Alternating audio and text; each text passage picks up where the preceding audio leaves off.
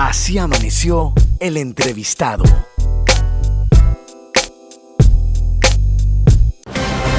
Entrevistas que lo conectan al mundo. Así amaneció. El mundo se ha sorprendido en los últimos días por lo que está pasando en el Reino Unido, en Londres, con el cambio. Sentimos mucho que estamos en Latinoamérica, con cambio de primer ministro.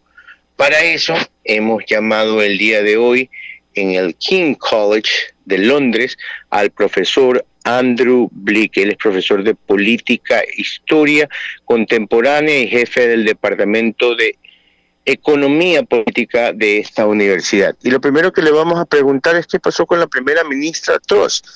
Professor Blick, good morning. What happened with ex-Prime Minister Truss? That's the first question that everybody is asking in Ecuador. A very good question. Professor? Liz Truss has turned out to be the shortest serving Prime Minister in the history of our country. Not a distinction she probably would have wanted for herself. And I think it's fair to say that it's her own errors of judgment, really, that brought this downfall upon her, particularly with respect to budgetary policy, which caused a run on the pound in the international markets and undermined economic and political confidence in her leadership. Bueno, nos dice que el respeto que perdió ella por la forma en que trató el tema de los impuestos económicos, perdió apoyo de los políticos del partido. Y vamos a preguntarle ahora quién es Rishi Sunak, este millonario que todo el mundo habla que tiene más dinero que el rey Carlos. Professor, who is Mr. Rishi Sunak? Everybody's talking that he's a millionaire because of his work and his wife's family, and that he even has more money than the new king. Who is he? Why he, from 9 today, he became a super political star? Yes, Rishi Sunak is a young politician. I think he's the youngest Prime Minister that the United Kingdom has had in about 200 years. I think he's 42 years old. So he's had a rapid rise in politics, but also a very dramatic one. He was appointed Chancellor Exchequer, the finance minister under Boris Johnson early in 2020, and for a while became very popular. But then there started to be a lot of scrutiny of his own financial arrangements, his family connections, and of just how rich he really was. And this undermined his popularity. He then resigned from the Johnson government and helped bring down Johnson, but was unsuccessful initially in becoming Prime Minister, losing out to Liz Truss. So he's been through a kind of a roller coaster over the last few years, and now he's back up the top of it. Bueno, nos dicen que es un joven de 42 años, millonario, que ha tenido una rápida subida en la política del Reino Unido, que fue parte del gobierno de Boris Johnson y fue uno de los que le quitó el apoyo a Boris Johnson, y que su vida, sobre todo lo millonario que es, lo ha traído a que la gente esté pendiente de por qué, cómo y cuándo. Dice que es un político que es muy inteligente y que, como les decía, ha subido rapidísimo en la política británica. Ahora le voy a preguntar si el Reino Unido se está convirtiendo en la política de Italia. Professor, is UK becoming the new Italy in politics? That's certainly an observation that people are making.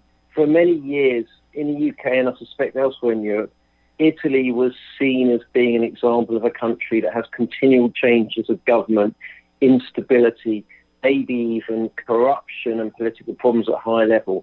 Now some people in the UK and perhaps elsewhere are saying UK is taking on that mantle, that we're unable to keep a Prime Minister in power for in this instance, longer than about a month. So certainly there's a lot of discussion in the UK about just how unstable we've become and what are the economic and political consequences of all of this. Bueno, nos dice que eso es lo que se está preguntando todo el mundo, porque tener un primer ministro por un mes, la verdad es que es difícil, porque no se sabe cuán estable es y cuánto puede afectar en la economía.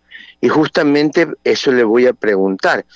Professor, does the Brexit and the new politics, economic politics with Europe, do you think that somehow affected what your country is living right now?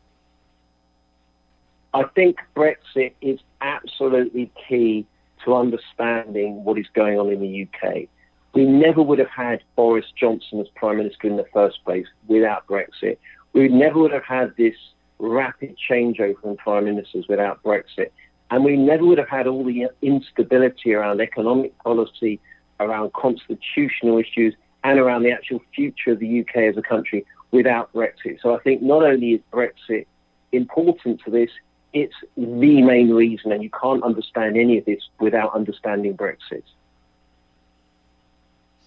Bueno, nos dice que el tema del Brexit obviamente ha afectado, que primero que todo Boris Johnson nunca debió ser primer ministro, porque fue al que los llevó a ellos al Brexit, y que justamente para entender lo que está pasando en la política británica, debemos entender lo que es el Brexit. Si no hay Brexit, o mejor dicho, no hay lo que está pasando en la política británica hoy en día sin Brexit.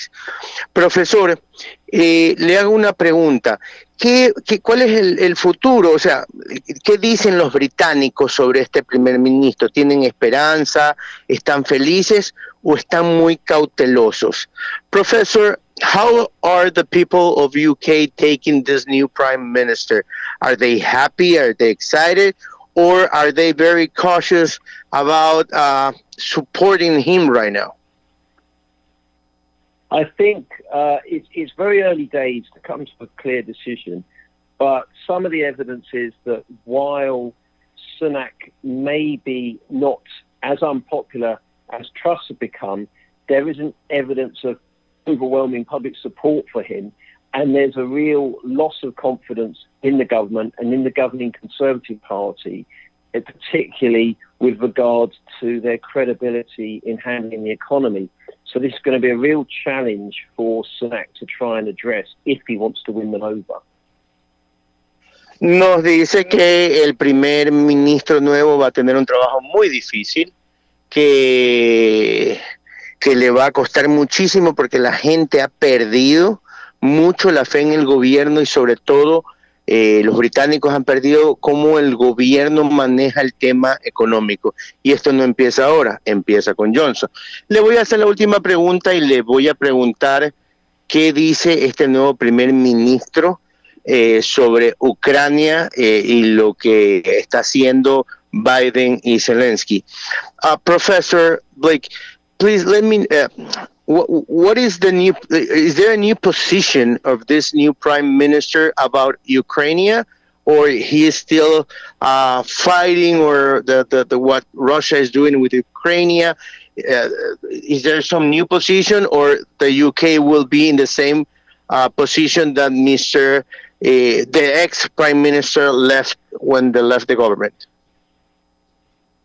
The position on Ukraine is the same. There's been continuity from Johnson to Truss and now to Sunak over that issue. And also there's a pretty broad consensus across the whole of UK political scene, including other parties such as the main opposition party, the Labour Party, that we should continue to take the stance we've taken. However, one issue around which there might be tension, which is related to Ukraine, is defence spending. One way or another, there are cuts coming to public expenditure in the UK, and there's already been an argument under the last government as to whether we can actually continue to maintain defence spending at its current levels, and that could be under threat, but not the policy itself. Bueno, nos dice que la política sobre Ucrania no ha cambiado, ni va a cambiar. Lo que puede cambiar es cómo el apoyo económico que le da Inglaterra y todo el Reino Unido a Ucrania para ayudar con la pelea y la guerra que está viendo Ucrania, porque la situación económica inglesa no es buena, que es lo único que podría cambiar, más no el apoyo moral, político que Inglaterra le está prestando a Ucrania. Professor, thank you very much for your time as usual. Hope you the best, and we'll hope to talk to you again. Thanks. It's been a pleasure as ever. Take care now. Bye-bye. Thank you.